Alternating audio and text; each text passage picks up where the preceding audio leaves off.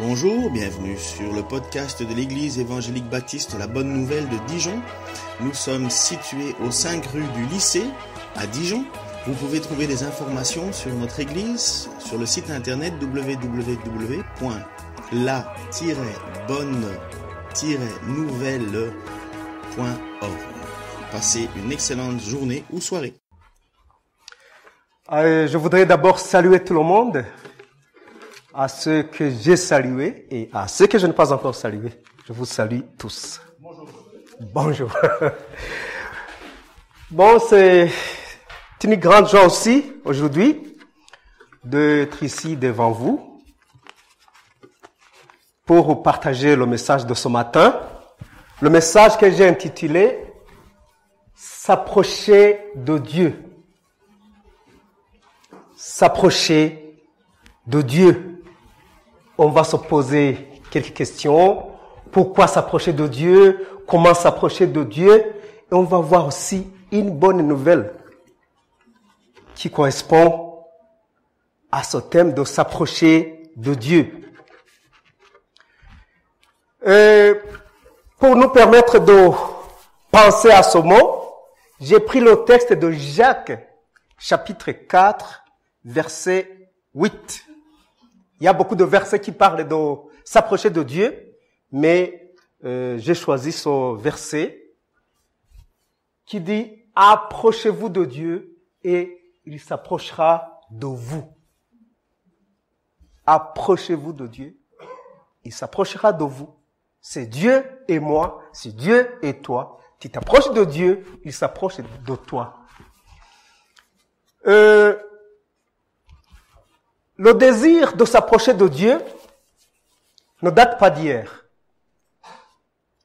Ça nous renvoie aux premiers jours ou aux premières années de la création où l'homme a toujours cherché à s'approcher de Dieu.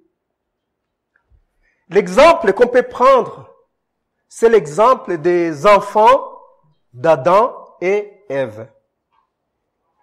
Il s'agit de Caïn et Abel. On peut le lire en Genèse 4, versets 1 à 7, où on dit « Adam eut des relations conjugales avec sa femme Ève. Elle tomba enceinte et mit au monde Caïn.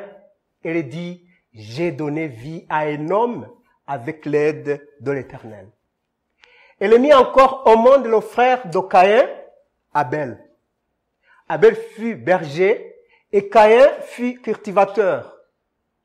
Au bout de quelque temps, Caïn fit une offrande des produits de la terre à l'Éternel. De son côté, Abel en fit une des premières-nées de son troupeau et de leur graisse. L'Éternel porta un regard favorable sur Abel et sur son offrande, mais pas sur Caïn et sur son offrande. Caïn fut très irrité, il abhorra un air sombre. L'Éternel dit à Caïn, « Pourquoi es-tu irrité et pourquoi arbores-tu un air sombre? Certainement, si tu agis bien, tu te relèveras. Si, en revanche, tu agis mal, le péché est couché à la porte et ses désirs se portent vers toi, mais c'est à toi de dominer sur lui. » C'est que ces deux fils d'Adam ont voulu s'approcher à Dieu. Pour s'approcher de Dieu, chacun a voulu lui présenter ce que Dieu lui avait donné. C'était à partir de ce que Dieu avait créé. Et à travers tout l'Ancien Testament, nous voyons que l'homme a continué à chercher Dieu jusqu'à se perdre dans l'idolâtrie même. Au lieu de chercher Dieu, le Créateur, il a inventé d'autres dieux. Dieu avec minuscule. à partir de ce que Dieu avait créé. Nous avons déjà lu comment Dieu a créé. Il a créé le premier jour. Qu'est-ce qu'il a créé le premier jour? C'était la lumière. Le deuxième jour, il a créé la vapeur en haut et l'eau en bas. Troisième jour, il a créé la terre, les mers et la vie végétale. Le quatrième jour, il a créé le soleil, la lune, les étoiles. Au cinquième jour, il a créé la vie dans les airs et dans les mers, c'est-à-dire les oiseaux et les poissons. Le sixième jour, nous voyons qu'il a créé la vie sur la terre, c'est-à-dire il a créé les animaux. C'est le sixième jour. Et puis le même jour, il a créé l'homme. Et puis l'homme, pour essayer de s'adresser à Dieu, de s'approcher à Dieu, au lieu de voir le Créateur, il a commencé à créer d'autres dieux, à penser qu'à travers ces créatures, il peut communiquer. Il a voulu créer lui-même d'autres dieux. Mais c'est Dieu le Créateur qui a tout créé. Il y en a qui prient des animaux. Il y en a qui prennent des vaches comme leur Dieu. Il y en a qui prennent des pierres comme leur Dieu. Il y en a même qui fabriquent des images pour les prendre comme leur Créateur, comme leur Dieu. Mais tout cela, ça ne plaît pas à notre Créateur, à Dieu. Ça nous éloigne de Dieu au lieu de nous approcher de Dieu. Ça a continué même dans le Nouveau Testament.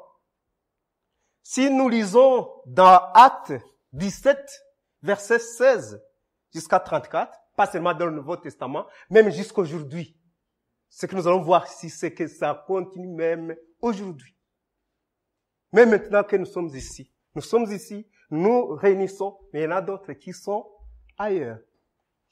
Acte 17, verset 16 à 34, on dit, pendant que Paul les attendait à Athènes, il attendait Silas et Timothée, qui étaient, si je ne me trompe pas, à Bérée. Pendant que Paul les attendait à Athènes, son esprit était profondément indigné à la vue de cette ville pleine d'idoles.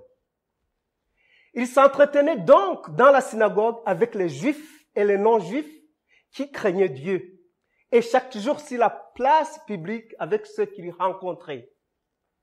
Quelques philosophes épicuriens et stoïciens se mirent à parler avec lui. Les uns disaient, « Que veut dire ce discoureur ?» D'autres, parce qu'il annonçait Jésus et la résurrection, disaient, « Il semble qu'il annonce des divinités étrangères. » Alors, ils l'attrapèrent et le conduisirent à l'aréopage en disant, « Pourrions-nous savoir quel est ce nouvel enseignement que tu apportes? En effet, tu nous fais entendre des choses étranges. Nous voudrions donc savoir ce que cela veut dire. » Or, tous les Athéniens et les étrangers qui résidaient là ne passaient leur temps qu'à dire ou à écouter les dernières nouveautés plutôt. Paul, debout au milieu de l'aréopage, dit, « Athéniens, je vous trouve à tout point de vue extrêmement religieux. En effet, en parcourant votre ville et en examinant les objets de votre culte, j'ai même découvert un autel avec cette inscription à un Dieu inconnu. Celui que vous révérez sans le connaître, c'est celui que je vous annonce. Le Dieu qui a fait le monde et tout ce qui s'y trouve est le Seigneur du ciel et de la terre, et il n'habite pas dans des temples faits par la main de l'homme. Il n'est pas servi par des mains humaines, comme s'il avait besoin de quoi que ce soit. Lui qui donne à tous la vie, le souffle et toutes choses. Il a fait en sorte que tous les peuples, issus d'un seul homme, habitent sur toute la surface de la terre, et il a déterminé la durée des temps et les limites de leur lieu d'habitation. C'est toujours Paul qui s'adresse à ces Athéniens. Il a voulu qu'ils cherchent le Seigneur et qu'ils s'efforcent de le trouver en tâtonnant, bien qu'il ne soit pas loin de chacun de nous. En effet, c'est en lui que nous avons la vie, le mouvement et l'être. Comme l'ont aussi dit quelques-uns de vos poètes, nous sommes aussi de sa race.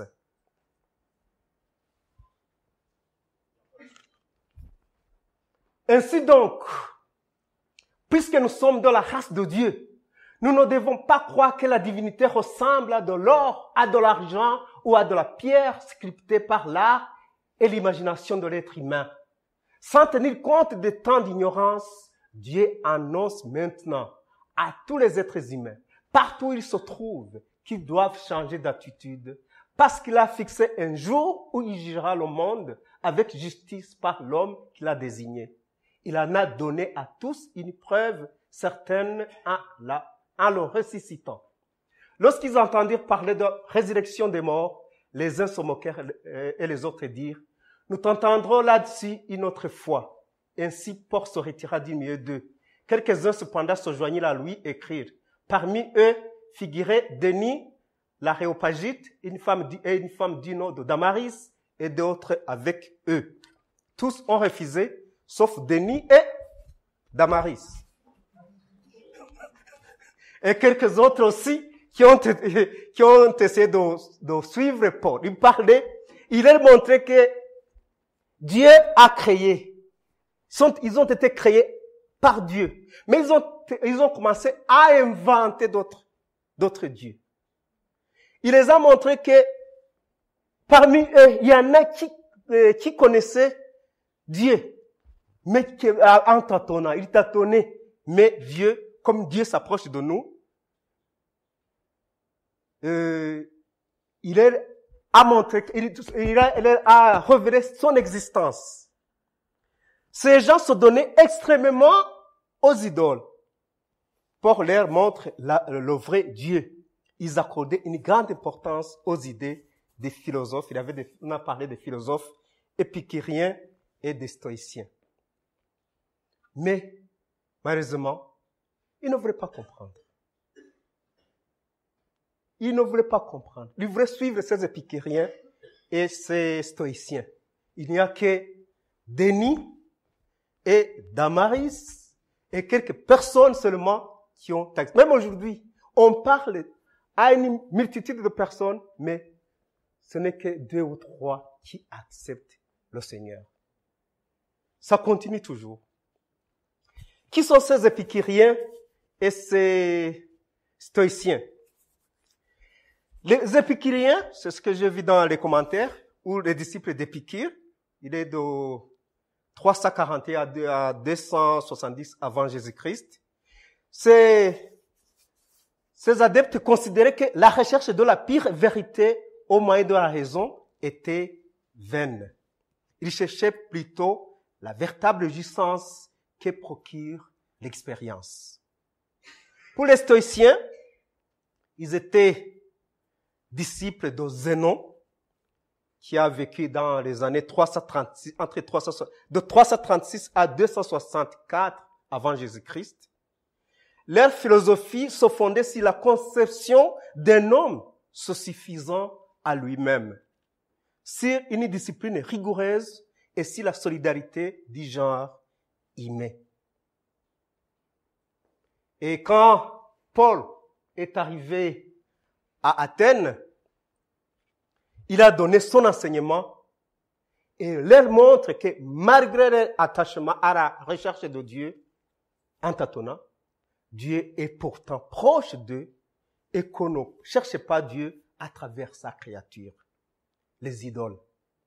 C'est pourquoi il leur dit au verset 24 et 27, à 27, il dit, le Dieu qui a fait le monde, c'est où? Je le lis ici. Le Dieu qui a fait le monde, si on revient sur le texte là, vous ne pouvez pas le voir parce qu'on ne marque pas là-bas les versets, mais ça se trouve là.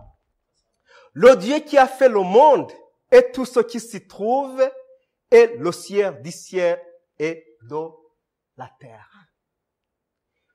Et il n'habite pas dans des temples faits par la main de l'homme. Il n'est pas servi par des mains humaines, comme s'il avait besoin de quoi que ce soit. Lui qui donne à tous la vie, le souffle et toutes choses. Il a fait en sorte que tous les peuples, issus d'un seul homme, habitent sur toute la surface de la terre, et il a déterminé la durée des temps et les limites de leur lieu d'habitation. Il a voulu qu'il recherche le Seigneur et qu'il s'efforce de le trouver en tâtonnant, bien qu'il ne soit pas loin de chacun de nous. Dieu n'est pas loin de chacun de nous, mais les hommes essaient de chercher Dieu ailleurs, alors qu'il est à côté de nous. Si on essaie de s'approcher de lui, il s'approche de nous. Parce qu'il est toujours avec nous, il est toujours à côté de nous, mais on n'y met pas l'attention. Et c'est ça comme venait de le Dieu qui a fait le monde. Alors, pourquoi s'approcher de Dieu? Pourquoi? C'est une question simple aussi. La réponse aussi peut être simple, mais chacun a sa réponse. Pour David, dans les psaumes, il a essayé de montrer pourquoi il veut s'approcher de Dieu. On peut le voir dans Psaume 73, versets 26 à 28, où David, le roi David, il montre pourquoi lui, il veut s'approcher de Dieu. Ça peut être aussi ta raison. Il dit, mon corps et mon cœur peuvent s'épuiser. Dieu sera toujours le rocher de mon cœur et ma bonne part. Oui, ceux qui s'éloignent de toi vont à leur perte. Tu réduis au silence tous ceux qui te sont infidèles. Pour moi, mon bonheur, c'est de m'approcher de Dieu. Je place mon refuge en toi, Seigneur éternel, afin de raconter tout ce que tu as fait. C'est ce qu'il disait. Vous savez qu'il était roi. Il avait toutes choses. Toutes choses. Les richesses pour lui, c'était... Mais il disait que son bonheur, malgré tout ce qu'il avait, il disait, mon bonheur, c'est de s'approcher de Dieu. Il y en a qui pensent que ceux qui sont riches sont les plus aisés et les pauvres sont les plus malheureux. Mais c'est pas ça. Un pauvre est prêt à vivre dans le bonheur. Moi, j'ai vu une vie que je vis aujourd'hui. J'ai vécu aussi une vie où je n'avais rien pendant 3 mois. Rien. Rien. Dans la forêt d'ailleurs. Ce n'était même pas parmi les gens. C'était dans la forêt. Je n'avais rien. Je mangeais ce que je rencontrais. Moi, je priais Dieu, apporte-moi quelque chose à manger. C'est toi qui as créé toutes choses. Donne-moi à manger. Alors que je marchais. Il amenait quelque chose, je mangeais, je continuais. Et je me sentais dans le bonheur. Quand j'ai rencontré un fruit que Dieu a créé, alors je dis, oh merci Seigneur. Aujourd'hui, je suis content Seigneur. Je commençais à chanter. Alors que je vivais dans une vie vraiment malheureuse. Mais le bonheur de David, c'est de s'approcher de Dieu. Ça, c'est la réponse du psalmiste. Et que dit Jacques? Il dit, soumettez-vous. Non. Oui, c'est ça. Soumettez-vous donc à Dieu, résistez au diable et il fuira loin de vous. Approchez-vous de Dieu et il s'approchera de vous. Nettoyez vos mains, pécheurs, et purifiez vos cœurs, vous qui avez le cœur partagé. C'est ce que Jacques dit. Moi, j'aime ça. Soumettez-vous donc à Dieu, résistez au diable, il fuira loin de vous. Approchez-vous de Dieu et il s'approchera de vous.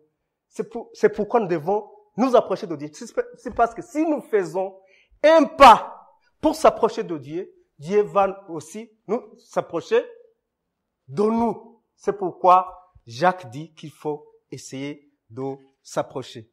Et plus tard, nous allons voir aussi autre chose que Jacques a dit concernant le fait de s'approcher de Dieu.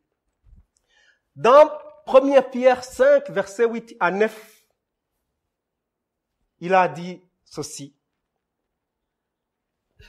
1 Pierre 5, verset 8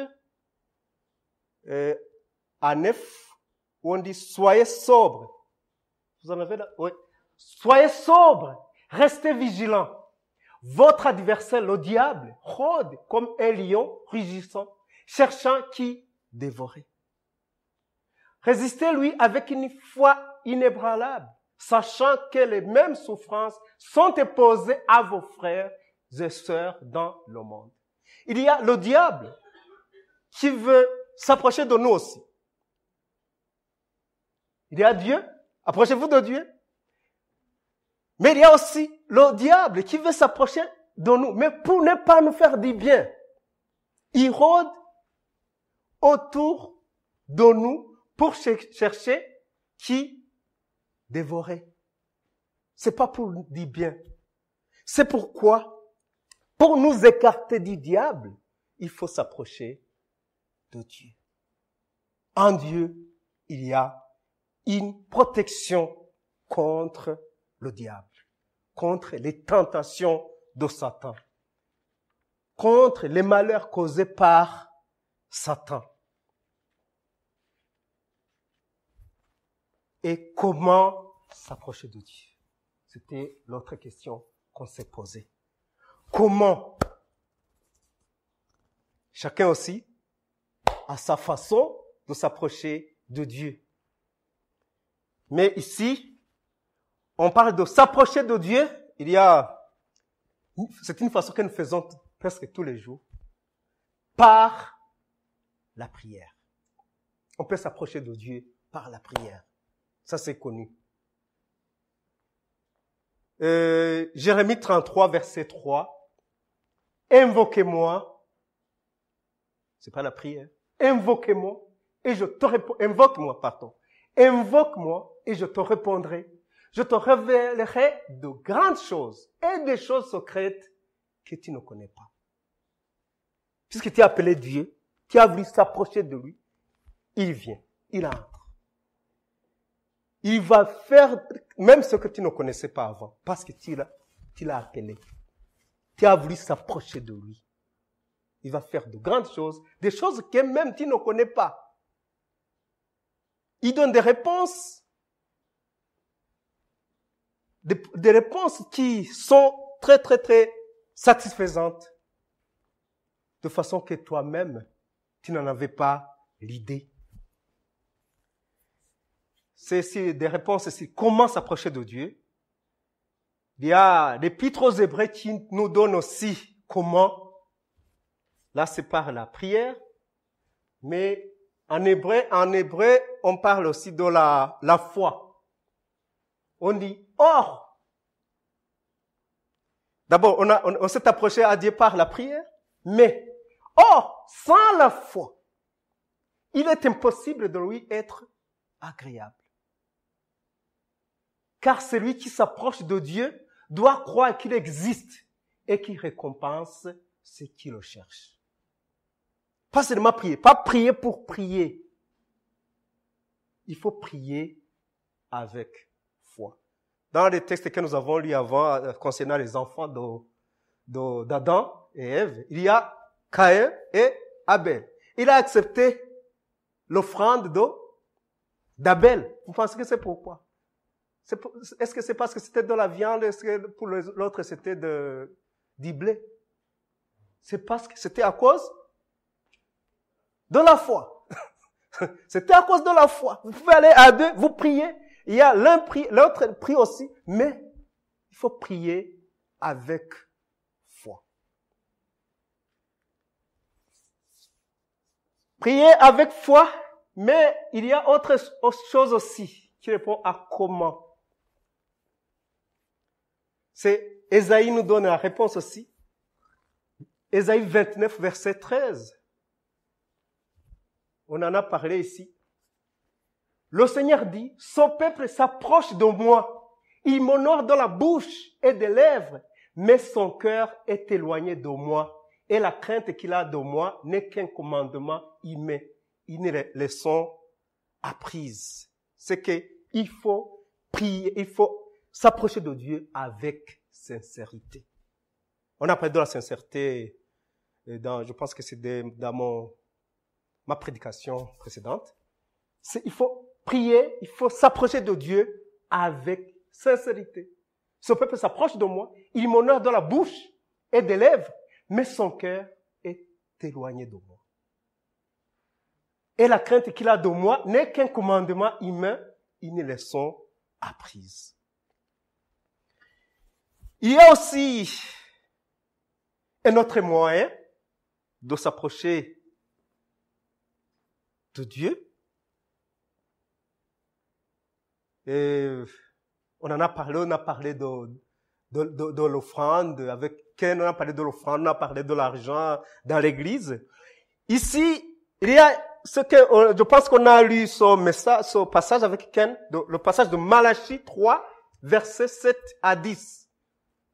Pour comment s'approcher aussi de Dieu. C'était notre moyen de s'approcher de Dieu. Malachie 3, versets 7 à 10, on dit, dès l'époque de vos ancêtres, vous vous êtes écartés de mes prescriptions. S'écarter des prescriptions de Dieu, c'est aussi s'écarter de Dieu. Vous vous êtes écartés de mes prescriptions. Vous ne les avez pas respectées. Revenez à moi et je reviendrai à vous, dit l'Éternel, le Maître de l'univers, et vous dites, en quoi devons-nous revenir? Un homme peut-il tromper Dieu? En effet, vous me trompez et vous dites, en quoi t'avons-nous trompé? Dans les dîmes et les offrandes. Vous êtes frappés par la malédiction et vous me trompez, la nation tout entière, à apporter toutes les dîmes à la maison du trésor, afin qu'il y ait de la nourriture dans la maison. Dans ma maison, c'est le Seigneur qui dit. Mettez-moi ainsi à l'épreuve, dit l'Éternel, le Maître de l'univers, et vous verrez si je n'ouvre pas pour vous les fenêtres du ciel, si je ne déverse pas sur vous la bénédiction abondante, en abondance. C'est ça que le Seigneur Jésus dit. C'est Dieu même qui le dit. Comment s'approcher de Dieu? En donnant l'offrande, en donnant la dîme. Quand nous donnons l'offrande, quand nous donnons la dîme, c'est une façon aussi de s'approcher de Dieu. S'approcher de Dieu. C'est donner rapport à Dieu. C'est bien lui qui nous a donné ça. Alors, quand nous donnons notre offrande, quand nous donnons notre dîme, c'est une façon de s'approcher de Dieu, de dire merci. Merci Seigneur parce que tu nous as donné ceci. C'est pourquoi nous te donnons une partie de ce que tu nous as donné. C'est une façon aussi de s'approcher de Dieu. Il y a aussi une autre façon, comment s'approcher de Dieu, c'est par la repentance. Si on se repent, c'est qu'on était éloigné de Dieu et on s'approche de Dieu. C'est en Luc 15, c'est un verset, c'est un passage que nous avons lu plusieurs fois, 17 à 24, on dit, il se mit, c'est à propos du fils prodigue. Il se mit à réfléchir et se dit, c'est le garçon là qui avait quitté son père. Combien d'ouvriers chez mon père ont du pain en abondance et moi, ici, je meurs de faim. Je vais retourner vers mon père et je lui dirai, Père, j'ai péché contre le ciel et contre toi. Je ne suis plus digne d'être appelé ton fils. Traite-moi comme l'un de tes ouvriers. Il se leva et alla vers son père. Alors qu'il était encore loin, son père le vit et fit rempli de compassion. Il courut, se jetait à son cou et l'embrassa. Le fils lui dit, Père, j'ai péché contre le ciel et contre toi. Je ne suis plus digne d'être appelé ton fils. Mais le père dit à ses serviteurs, apportez vite le plus beau vêtement et mettez-le lui. Passez-lui un anneau au doigt et mettez-lui des sandales aux pieds. Amenez le veau qu'on a engraissé et tuez-les. Mangeons et réjouissons-nous, car mon fils que voici était mort et il est revenu à la vie. Il était perdu et il est retrouvé. Et ils commencèrent à faire la fête. La repentance nous approche de Dieu. Comme le péché nous éloigne de Dieu, la repentance nous approche de Dieu. Dans le titre, j'ai montré qu'il y a une bonne nouvelle. Notre église, c'est l'église de la bonne nouvelle. Quand on dit que c'est une bonne nouvelle pour une église, on va parler du salut. C'est le salut. La bonne nouvelle, c'est que le sang du Christ nous approche de Dieu. Le sang du Christ nous approche de Dieu. En Hébreux 10, versets 19 à 23, on dit, Hébreux 10, 19 à 23, on dit, « Ainsi, frères et sœurs, nous avons par le sang de Jésus l'assurance d'un libre accès au sanctuaire. Cette route nouvelle et vivante, il a inaugurée pour nous au travers du voile, c'est-à-dire de son propre corps. De plus, nous avons un souverain prêtre établi sur la maison de Dieu. Approchons-nous donc avec un cœur sincère, une foi inébranlable, le cœur purifié d'une mauvaise conscience et le corps lavé d'une eau pire. Retenons fermement l'espérance que nous proclamons, car celui qui a fait la promesse est fidèle. Notre Dieu est fidèle. C'est pourquoi c'est une bonne nouvelle que le sang du Christ nous rapproche du Seigneur. Dans l'Apocalypse aussi, il y a une bonne nouvelle aussi. Apocalypse 3, versets 20 à 22. On dit, voici. C'est Jésus qui le dit. Voici, je me tiens devant la porte et je frappe. Il veut s'approcher de nous. Je me tiens devant la porte et je frappe. Si quelqu'un entend ma voix et ouvre la porte, j'entrerai chez lui. Et je dînerai avec lui et lui avec moi. Le vainqueur, je le ferai siéger avec moi sur mon trône, comme moi-même, je suis allé siéger avec mon Père sur son trône après avoir remporté la victoire. Que celui qui a des oreilles écoute ce que l'Esprit dit aux églises. C'est que le Seigneur est là pour nous. Il veut qu'on s'approche de lui et il s'approche aussi de nous. Il dit, je me tiens à la porte et je frappe. Si quelqu'un entend ma voix et ouvre, j'entrerai chez lui. En conclusion, nous avons ce titre-là de s'approcher de Dieu. Nous avons vu comment et pourquoi s'approcher de Dieu. Pour compléter, j'ai lu quelques pensées. Il y a un journal que je partage souvent avec mon frère André. Le journal Appel de minuit. Il y a quelques extraits il y a une page où on met les pensées. Je lis quelques pensées. Il y a une pensée de Johannes Evangelista. C'est quelqu'un qui est mort en 1858. Il a dit, celui qui veut connaître la plus grande joie dont puisse jouir un homme sur terre doit d'abord chercher la proximité de Dieu et de Jésus-Christ. C'est ce que Johannes a dit. Il y a aussi un autre, Augustin d'Hippone, c'est parmi les pères de l'Église. Il a dit, Dieu essaie toujours de nous donner de bonnes choses, mais nos mains sont trop pleines pour les recevoir. Dieu essaie de nous donner, mais nous disons non, parce que nous pensons qu'on n'a pas besoin de Dieu. Mais Dieu essaie toujours de nous donner de bonnes choses, mais nos mains sont trop pleines pour les recevoir. C'était la pensée d'Augustin d'Hippone. C'est dans le journal Appel de minuit, le numéro 3 de 2018. Il y a aussi Lewis qui a dit, le Fils de Dieu s'est fait homme pour permettre aux hommes de devenir fils de Dieu. le Fils de Dieu s'est fait homme pour permettre aux hommes de devenir fils de Dieu, ou filles de Dieu, ou femmes de Dieu. Et il y a aussi l'autre qui a dit, la prière nous éloigne du péché et le péché nous éloigne de la prière. La prière nous éloigne du péché et le péché nous éloigne de la prière. Mais ce que nous savons, c'est que le Seigneur est là. Il veut qu'on s'approche de lui pour qu'il s'approche aussi de nous. Nous allons prier pour que chacun puisse penser sur sa vie. S'il veut s'approcher de Dieu, s'il se sent éloigné de Dieu, il demande pardon pour revenir à Dieu. Notre Dieu tout-puissant, nous te remercions car tu nous donnes la chance de nous approcher de toi. Tu es toujours devant la porte de nos cœurs et tu veux entrer. Merci pour ceux qui ont accepté de te recevoir, Seigneur.